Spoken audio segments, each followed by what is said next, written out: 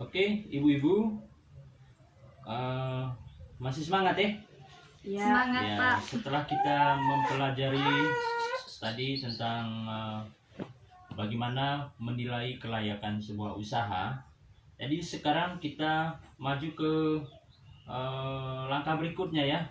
Kita akan belajar tentang bagaimana kita merencanakan keuangan dari usaha yang akan kita jalani. Eh, Jadi begini ibu-ibu, untuk menjalani usaha harus ada perencanaan ya, terutama dalam sisi keuangan. Tanpa perencanaan yang jelas dalam hal keuangan, maka saya bisa pastikan maka usaha kita itu akan pasti gagal ya, karena kita tidak punya perencanaan yang jelas tentang keuangan usaha. Nah, pertama dulu yang harus kita tahu bahwa keuangan dalam usaha itu bisa dikatakan modal ya, atau modal usaha. Ya, modal usaha itu bisa kita dapat dari sumber-sumber seperti dalam bentuk pinjaman dari diri sendiri atau dari bantuan anggota keluarga. Jadi modal itu ada dua, modal dalam bentuk uang, bisa juga modal dalam bentuk barang atau aset ya. Ya, pada dasarnya modal usaha itu bisa didapat dari diri sendiri.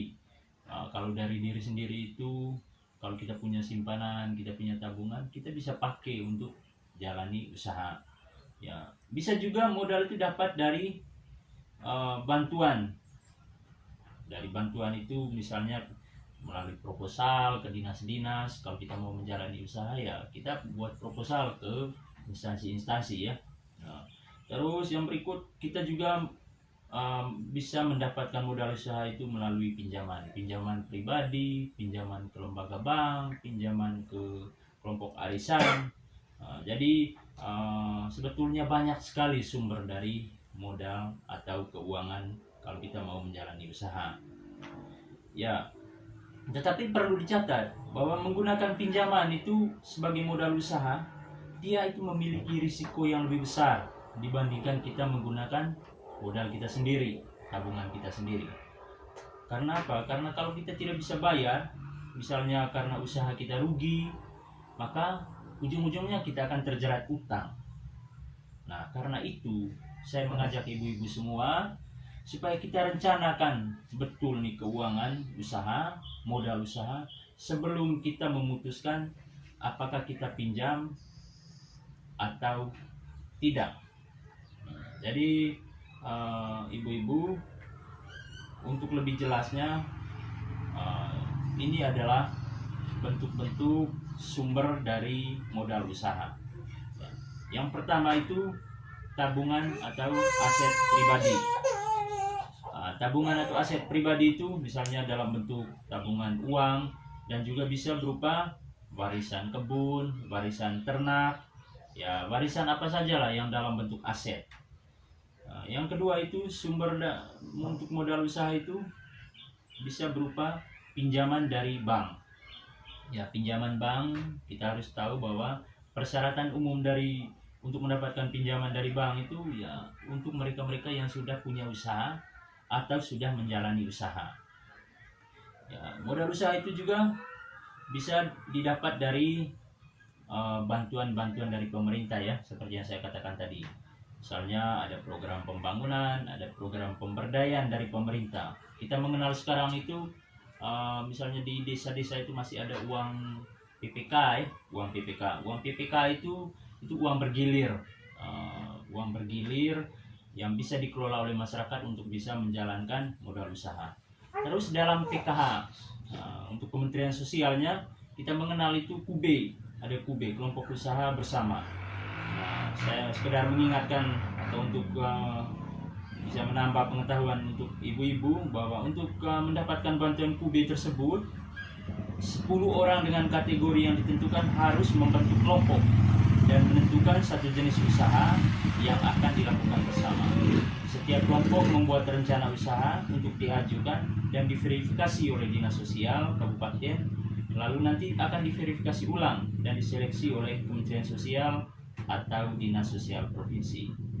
Ya, jadi ini ya ibu-ibu, contohnya kalau kita punya ide untuk menjalani usaha ya, seperti gambar ini ya ibu-ibu. Misalnya ini Ibu Lili, terus dia memikirkan modalnya kira-kira dari mana ya? Apakah dari dari bank, apakah dia menggunakan aset, atau apakah dia menggunakan pinjaman, apakah dia menggunakan dengan cara buat proposal ke pemerintah. Jadi dia memikirkan betul, oh iya, bagaimana ya saya merencanakan modal usaha yang akan saya jalani. Nah, jadi seperti itu ya ibu-ibu. Bagaimana ibu-ibu, masih semangat? Semangat, Pak. Ya, bagaimana kalau kita apa dulu tepuk apa kemarin tuh? Tepuk Tepuk mantul. mantul. Kita tepuk mantul dulu ibu-ibu ya, supaya semangat kah ya. Ya, kita tepuk mantul. Mantul, mantul. Mantul, mantul. Mantul, mantul. Mantap betul. Oke, terima kasih ya ibu-ibu. Sekarang ya yang berikutnya, bagaimana kita membuat anggaran usaha. Ya, begini ibu-ibu. Usaha yang baru dimulai atau yang sangat tergantung pada musim, yang misalnya musim panen, ya itu sifatnya sangat rentan, sehingga kita perlu hati-hati mengamati keluar masuknya uang. Nah, yang kedua, kita perlu membuat anggaran usaha agar seluruh pemasukan dan pengeluaran dapat dikendalikan. Yang ketiga, anggaran usaha itu berisi tentang catatan perkiraan pemasukan dan pengeluaran suatu usaha untuk jangka waktu tertentu. Bisa untuk 1 minggu, bisa untuk 1 bulan, atau bisa untuk 1 tahun. Jadi kita perlu mengetahui bagaimana cara membuat anggaran usaha. Itu adalah bagian-bagian dari perencanaan keuangan usaha ya ibu-ibu. Oke, untuk bisa menambah pemahaman kita tentang bagaimana kita menyusun perencanaan usaha ya mama, sekarang kita akan gabung dalam kelompok ya. Kita akan buat latihan. Ya, latihannya di sini ada berapa ini? Ada 4 pertanyaan ibu-ibu. Nah, ada 4 pertanyaan. Nanti pertanyaan ini saya minta kita baca satu persatu, baru kita bahas bersama-sama jawabannya. Nanti jawabannya akan ditempelkan di dinding ya ibu-ibu. Oke, sekarang saya beri waktu 10 menit untuk kita kerja kelompok ya ibu-ibu. Jadi nanti satu kelompok mengerjakan 1 soal, dan nanti jawaban dan cara penghitungan dari pertanyaan-pertanyaan nanti itu akan kita bahas secara bersama-sama. Nanti setelah itu akan ditempelkan di dinding ibu-ibu. Oke, ini pertanyaannya. Saya minta salah satu ibu dulu baca pertanyaan nomor 1A. Ini pertanyaannya. Jadi latihan ini berisi tentang bagaimana kita merencanakan keuangan dalam usaha. Saya langsung baca di sini saja ibu ya, baca di laptop ini. Ini pertanyaannya. Coba baca pertanyaan 1A ibu. Setelah mengembangkan ide dan menilai kelayakan, Ibu Lili mulai merencanakan keuangan usahanya.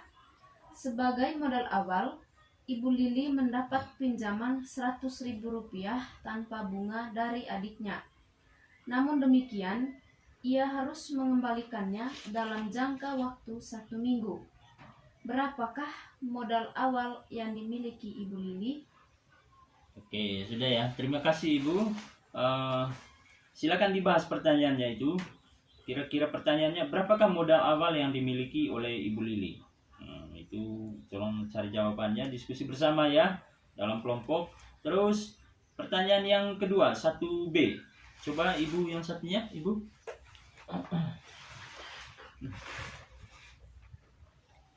Ibu Lili akan berjualan selama 6 hari dalam seminggu. Dalam 1 hari berjualan diperkirakan Ibu Lili bisa menjual ikannya rata-rata 18 ekor dengan harga 5.000 per ekor. Berapakah pemasukan Ibu Lili dalam seminggu nantinya? Iya, terima kasih Ibu. Itu pertanyaan yang kedua tadi. Tentang Ibu Lili ini, dia berdagang atau berjualan ikan ya. Pertanyaannya tadi, berapakah pemasukan Ibu Lili dalam seminggu nantinya? Silakan diskusi dalam kelompok ibu-ibu. Terus pertanyaan yang kedua, 2A ya. Saya langsung baca saja pertanyaan nomor 2A. Untuk mulai berjualan, Ibu Lili memerlukan panci seharga 30.000 untuk menaruh masakannya dan kain lap seharga 2.000 untuk membersihkan makanan yang tumpah. Berapakah modal untuk membeli peralatan yang harus dikeluarkan Ibu Lili? Terus pertanyaan 2B, Ibu Lili berencana untuk mengembalikan pinjaman modal awalnya sebesar 100.000 pada minggu pertama berjualan. Berapakah pengembalian pinjaman yang harus dibayar Ibu Lili? Ya, ini pertanyaannya saya kasih tunjuk satu-satu tiap kelompok ya. Terus ini pertanyaan untuk kelompok pertama tadi, silakan ibu-ibu, silakan dilihat, ditulis sudah ditulis ya. Iya Pak. Terus pertanyaan nomor 2 juga sudah ditulis. Ayo ya, baca pertanyaan nomor 3. Coba pertanyaan nomor 3 Ibu, baca lagi. Ibu Lili kemudian pergi ke pasar untuk mengetahui harga bahan baku yang diperlukannya. Untuk seminggu pertama berjualan, Ibu Lili memerlukan yang pertama 30 kg ikan dengan harga 10.000 per kilo. Yang kedua, bumbu seharga 120.000. Yang ketiga, gas untuk memasak seharga 15.000. Berapakah bahan baku yang harus dibeli Ibu Lili pada minggu pertama berjualan? Oke, terima kasih. Itu pertanyaannya untuk kelompok 3 ya. Untuk kelompok 3, saya harap kelompok 3 sudah mencatat pertanyaannya. Sudah dengar tadi ibu-ibu ya. Terus kita lanjut ke pertanyaan keempat. Nah, pertanyaan keempat ibu-ibu. Coba Ibu Elin ya. Ibu Elin coba baca pertanyaan nomor 4A. Untuk bahan baku setiap minggunya, Ibu Lili tetap akan membeli yang pertama 30 kg ikan seharga 10.000 per kilo. Yang kedua, bumbu seharga 120.000. Ibu Lili belum perlu membeli gas karena masih ada sisa untuk digunakan selama 1 bulan. Berapakah Ibu Lili harus membeli bahan baku dalam seminggu? Oke, terima kasih. Ya, lanjut ke pertanyaan 4B. Ya, untuk 4B, untuk bahan baku setiap minggunya, Ibu Lili tetap akan membeli yang pertama 30 kg ikan seharga 10.000 per kilo. Yang kedua, bumbu seharga 120.000. Ibu Lili belum perlu membeli gas karena masih ada sisa untuk digunakan selama 1 bulan. Berapakah Ibu Lili harus membeli bahan baku dalam seminggu? Ada 4 pertanyaan ini tadi Ibu-ibu. Silakan membahasnya. Saya beri waktu 5 menit lagi ibu-ibu ya. Oke ibu-ibu, terima kasih sudah menjawab pertanyaannya. Sekian dulu latihannya ibu-ibu. Saya kira pertemuan kita, kegiatan kita ini tadi dalam hal bagaimana membicarakan tentang perencanaan usaha luar biasa ya. Mungkin ada pertanyaan? Ada pertanyaan? Tidak ada, Pak. Oh, tidak ada. Oke, terima kasih ibu-ibu. Berarti sudah bisa paham semua ya. Tinggal kita bagaimana mempraktekkan ini dalam kehidupan kita ke depan, terutama untuk kita semua yang sedang dalam merencanakan usahanya.